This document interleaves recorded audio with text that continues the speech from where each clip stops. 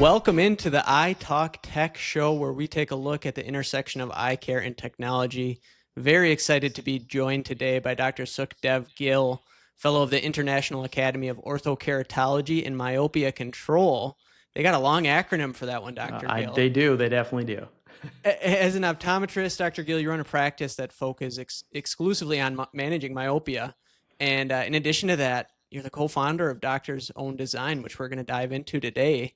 I want to start off right off the bat. First of all, how are you doing today? Well, I'm doing great. I'm really excited to be here with you, and I really like your guys' take on things, and I'm really excited to see how you guys take off here as well, too. So I'm excited that you guys invited me to join. Well, there is a lot of excitement, and I'm excited to hear kind of the impetus between, well, how'd you get into running just a myopia management focused practice, and what were some of the pain points, associated that drove you to such a direction? Well, that was an evolution that happened over time. That wasn't sort of coming right out of school. Let's do a myopia management, only practice. It was an evolution that happened over time. I did a residency in ocular disease and refractive surgery. And so I always thought I was going to be going down that road. But then we opened a private practice. Then we opened a second private practice. And I found a lot of different interests. I would say, you kind of evolve your practice as time goes on. And we had an introduction to sort of Ortho-K in sort of the early years, and kind of built upon that. And that actually was sort of the impetus to kind of go specifically into myopia management. When I first started Ortho-K, I didn't start it from that perspective. I started from vision correction and offering another service to the practice. But I really enjoyed it. I really kind of fell in love with it, and started learning more about the whole myopia management side of things, and looked into all the other ways that I could do myopia management. And that's how we ended up selling the other practices, and we had we decided to open this one and just kind of focus on those things that I really loved. So that's kind of how it came about. Yeah. Do you think you were particularly motivated, given your nearsighted status? I think for a lot of folks that manage this, it's kind of personal, right? Is that fair to say? I think that was sort of more for coming down the road of joining optometry as a profession. Not so much from myopia control. That really wasn't what was sort of the goal there. But as I was fitting kids, and I noticed their parents were always saying the same thing, "Well, can I do this too?" And that reminded me of the times when I was thinking, I really wish that this was around when I was a kid, because I could have benefited from it. So there was that. That wasn't the driving force, but that did come a little bit later on. I wanted to offer my patients something that I didn't have an option to do in the early days. We know certainly, the majority of practitioners aren't doing a ton of myopia management, let alone exclusively myopia management. Why do you think that is, Dr. Gill? I think there's a huge amount of awareness that's coming out now. And I think that previously we just didn't have the awareness. And a lot of it comes from, I might even say this is drawing the analogy of dry eyes. When we first started dry eye treatment, it was, which artificial tear would you like? That was the amount. So we didn't diagnose what we can't treat. And we didn't do anything about it because we didn't have the option to do about it or the education about it. And dry eyes has evolved, since I graduated massively. It's way more than I ever thought it would be. And I think that same thing happens with myopia management. We know how to treat myopia, meaning the vision correction side of it, with glasses, contacts. We're experts at that. There's just nobody that does it better than us. And we just never were educated or even introduced with the option of, is there a way that we could control this from even being an onset or getting worse over time? And I think we're starting to open our eyes to that as a profession. And, then we start looking at, well, how do we do this? Is there an easy way to do this? The introduction of atropine, I think, is opened that up for a lot of practices, because it's not really too complicated for us to put add atropine as a drop, but that sort of gets our foot in the door, and then we start looking at maybe what we might consider is a more difficult or more complicated way of managing myopia. So, Yeah, and that's kind of where it's at, I think. sure. Well, and where does, technology come into this? I think, for a lot of folks that are starting out and maybe have their eye on getting involved with myopia control, and doing more, there's some certain pain points and obstacles and so forth. And how do you conceptualize the role that technology might have in making this more accessible? Well, there's a number of things I think we have in technology is, there's we have autorefractors. Before that, we did retinoscopy, so the introduction of diagnostic equipment into the field allows us to see something that we couldn't see before. And doing more things with axial length measurements has given us a set of data that we now can look at and say, how is this contributing? Is it part of the puzzle of myopia over time? So from a diagnostic standpoint, I'm just using axial length as one of the examples, but there's a number of other instruments that we have that we can do. Like topography helps a lot with doing things like Ortho-K and stuff like that. But the more we have information we have, the more we're able to say, okay, now we can diagnose this, and now what are the treatment plans for this? What can we do to go down that road? So I think technology plays a huge role in the diagnostic side of things, but also on the side of, now that we've figured out these things, how can we treat them? And so technology is allowing us to do things that we couldn't do before. I mean, just look at the introduction of AI into all of our lives. We're able to do a lot more things, but from an optometry standpoint, we do have access to technology, better ways to, I'm going to speak a little bit more about Ortho-K here, is that we have better technologies to actually manufacture the lenses, freeform kind of styles where we can change curves all over the lens that we couldn't do before because it just wasn't, computer driven enough back in the days. More freedom in manufacturing and all that we never had before. So I think technology in our profession in general has played a huge role. Absolutely. And how about on the design front? Talk maybe a bit about your experience when you first got into controlling myopia, and the process that you had to go about for ordering a lens, and maybe how you've seen that change over the time that you've been involved in this space. So yeah, that's a great question. When I started with myopia management, or even actually, let's just speak about Ortho-K for a second here. When I started with Ortho-K, it was not a great process for me personally because I didn't have a whole lot of background. I was kind of learning it on my own, and so I had a lot of bumps, if you will, along the way where it didn't work, and I felt I was ordering lenses a lot. I went and did a little research into sort of what the other options were. I found better products, and those were in the world of custom designed Ortho-K lenses. I just found much better results by going to custom designed Ortho-K lenses. The only problem with that was it was time intensive.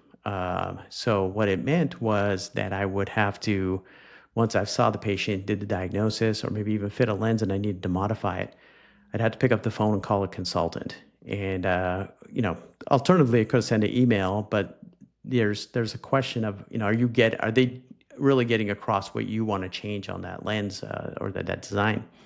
And so I had a little bit of a challenge at the end of the day, being on the phone and saying, okay, I knew exactly what I wanted to change, but I had to go through the whole process of, explaining to them what I wanted done, how, can I change the alignment curve a little bit? Can I change this? So it was time consuming. And at the beginning, when you had few patients, it's not that big of a deal. It's when it starts growing, which is, what we all want, to keep up with that was very difficult. The alternative to that was to use a custom designed software. But the custom design softwares at the time that I was using really were no less time intensive. I spent a lot of time sort of tweaking each one of the curves and everything. You're kind of designing every lens from scratch, and so it became very time consuming to do that. So that was really sort of the toughest part for me. And so I wanted to sort of build something for myself in my practice that would help me save time. That was really the that was there's a lot of stuff that I was doing on every patient that was, a certain K value or certain refractive error. I was doing the same types of adjustments to the lens. So I was like, well, can we automate some of this process to save me time? And so that's where I started looking into, just on my own little computer and Excel and using a bunch of little mathematical equations. I have a math background. And so I played around with a little bit of that and built something that worked really good for me. And I found it was saving me a lot of time. And so that's kind of where everything began to take a sort of a left turn in my interest levels, because I was really, really digging into things and automating things. And I thought that's where really technology was helping me out. Well, I want to dive deeper into that in a moment. I think it's such a cool story. It's kind of the quintessential founder story, right? Where you solve a problem of your own, and because you know it and understand it quite well, you can create, quite an elegant solution. So I want to hear more specifically about your solution. But where in this, I'm kind of curious if you could talk about your experience with fellowship as well, and where that came along in this timeline, and what that process was like. It's very that I find very interesting for me because I put the cart before the horse, as they say. Is I didn't know of the existence of vision by design. I didn't know the AAOMC was something at all, and so I started fitting Ortho-K lenses before ever going down this road. And I was so thankful when I found it, because they do such a great job, such a great community of doctors that everybody's really good at helping each other. And so I really liked it. I really, really enjoyed that. And that's where I decided to kind of learn a little bit more about myopia control, about other options of myopia control, other lenses, other design stuff. And, talking with everybody, I kind of went down that road. So I learned And a for lot. those that might not be familiar, what is AAOMC? It's the American Academy of Orthokeratology and Myopia Control. And they have an annual meeting called Vision by Design, in which we all get together, and obviously there's a bunch of CE that's involved with that, a lot of lectures and talks from experts around the world that come in, and we talk basically myopia control. A lot of Ortho-Ks there too, but just all myopia control kind of stuff. Really, really good lecture content. These experts from around the world that just always learn something every time I go there. So it's really a great place for that. And there, where the fellowship is through the AAOMC for the U.S. And so I met a few people who encouraged me that maybe fellowship would be the right way to go. And I didn't learn the nuances and the details of designing an Ortho-K lens until I went to Vision by Design. So it was funny. I was doing it already, and I was doing it at a fairly high level that I thought, but I learned a lot by going back to boot camp, learning from the beginning. But they're the ones who encouraged me that maybe fellowship would be the right road for me, and I never looked back from there. It was great. If you were talking to somebody interested in getting their toe in the water of myopia management, is this where you would tell them to start now and today?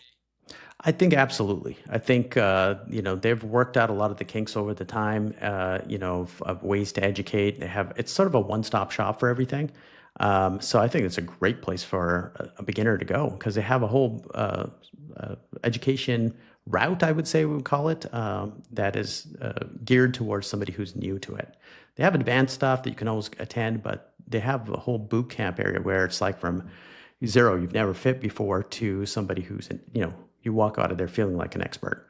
So there's a lot of content. They were teaching you how to not only design lenses, but how to manage a myopia control or Ortho-K practice. How do we come up with charges that we would charge for the services? How would we just sort of from beginning to end, they've got it all kind of dialed in a little bit. Absolutely. And you talked about, some of the things in your journey that caused you to develop your software solution. For someone that did take this path that you're suggesting, they start with AAOMC, how would your software solution soften the blow and maybe give them a different experience than you had with the hours on phone calls and so forth that way? The good thing is that you can learn from my mistakes.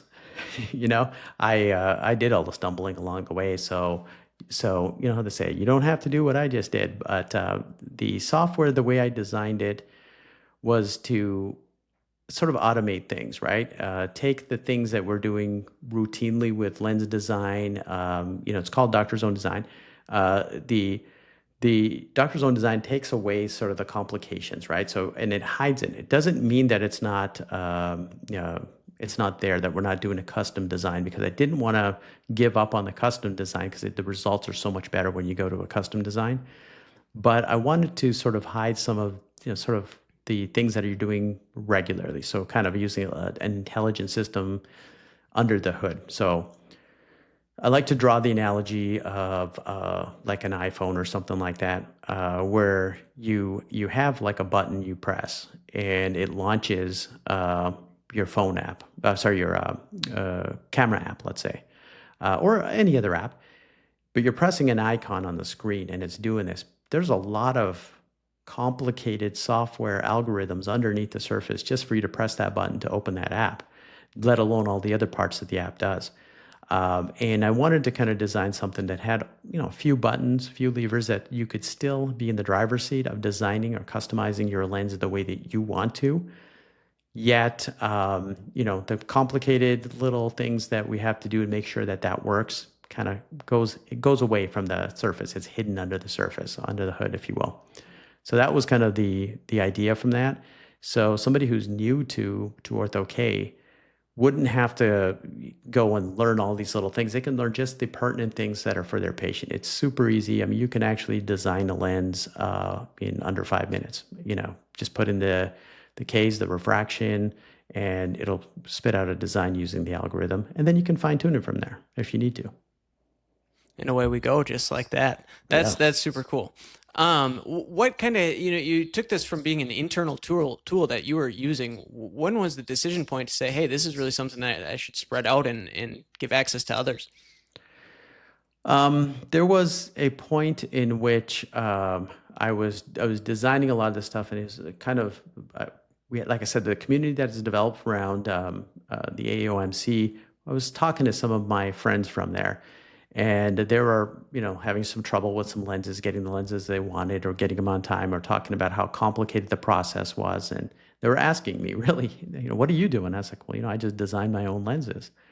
And I got like this blank look, and it was like, wait, how are you doing that? And I was like, well, I designed a little sort of Excel software that I'm using. And they're like, well, can I use it? I'm like, you probably wouldn't understand what I've done in this, because I really left it pretty raw, and it didn't make any sense unless you knew which button to press. It wasn't labeled in a nice way or anything. And I said, maybe I can develop something that you guys can utilize as well too. So I had a lot of interest right from that point. And I did have the other two partners in the company, Rich Jeffries and Mark Cosgrove, were steeped in the world of Ortho-K. So for them, bringing them on board, and I said, hey, listen, we can build a business out of this, because there is a lot of people who have a need. They want something simple and easy to use. And so that's kind of where it all began, I think, was, had people asking me, and how are you doing it? And I sort of showed them how to do it. It's by developing something simple. That's awesome. I think it's so cool that you're not only an optometrist that's utilizing technology, but driving it forward and helping patients out in that way. I think it's awesome.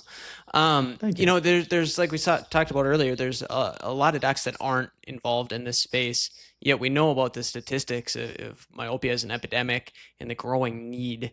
What do you think it's going to take to address that growing need?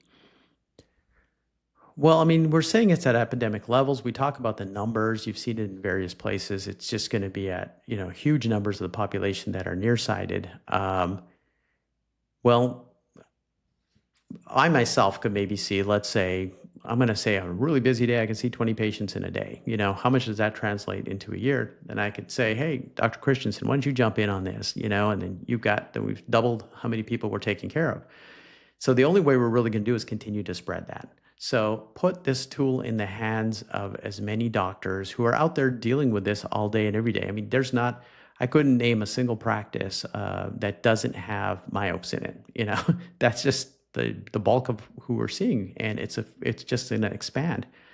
Now we're going to have to put those, it shouldn't be something that has been, it's been something for the longest time that's been in the hands of experts.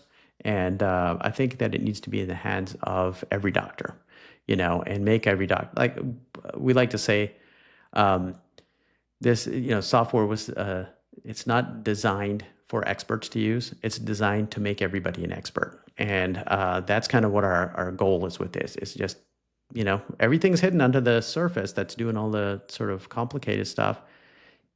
Get out there and start doing it. Get as many doctors out there doing it. That's how we're going to battle, I think, the onslaught of all the myopes that are coming our way. Well, it's an awesome goal. And how do you balance, your time constraints on being in the clinic and also being a founder at the same time here?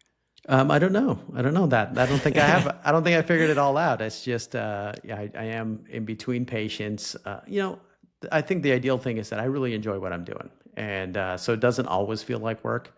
There are moments that it does, but I enjoy seeing my patients. I've watched them go from little kids to graduating college, going off to med school, things like that. So it's been a great journey. I wouldn't want to give that up. But at the same time, I've also loved developing this thing. I started off with, like I said, a math background. I started off in mechanical engineering way back when, before I transferred over. And so it's kind of, I get to relive that life as well, too. So I really enjoy both things. And so I kind of weave them throughout my day.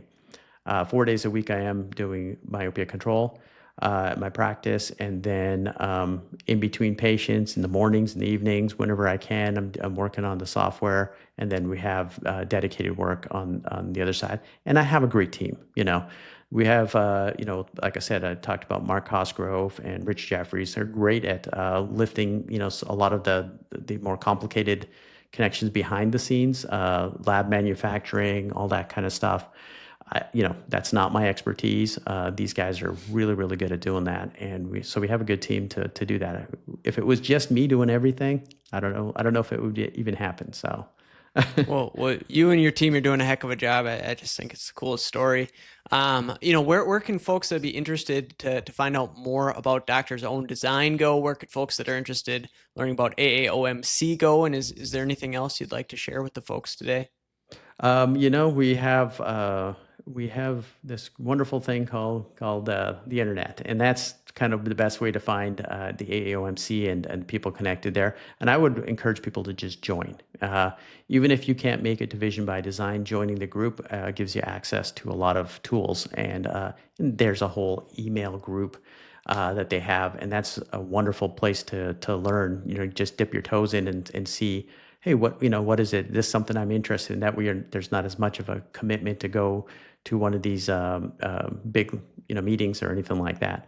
And as far as Doctor's Own Design, doctorsowndesign.com is the website. Go there, sign up, and we'll have somebody reach out and get you on board pretty quickly, get you ordering lenses. And we are building a little bit more of a, like you kind of said, if we want to get this in the hands of more people, we need to provide the education to back it up. And we are designing a little bit of that within our portal to educate people on simple things, about how to sort of maybe structure your practice, how patients would flow through a practice, maybe fee schedules. How would you decide on how to set a fee schedule? And then of course the nuances of cleaning the lenses, fitting them to the eye, looking at topography, all that kind of stuff. Where we're kind of doing a little bit of everything there. So, I think in the next few years, we're going to see a dramatic shift if I have anything to do with it. Well, I would bet on you. So thank you so much here, Dr. Gill, for joining us, and wish you the best. Take care. Thank you.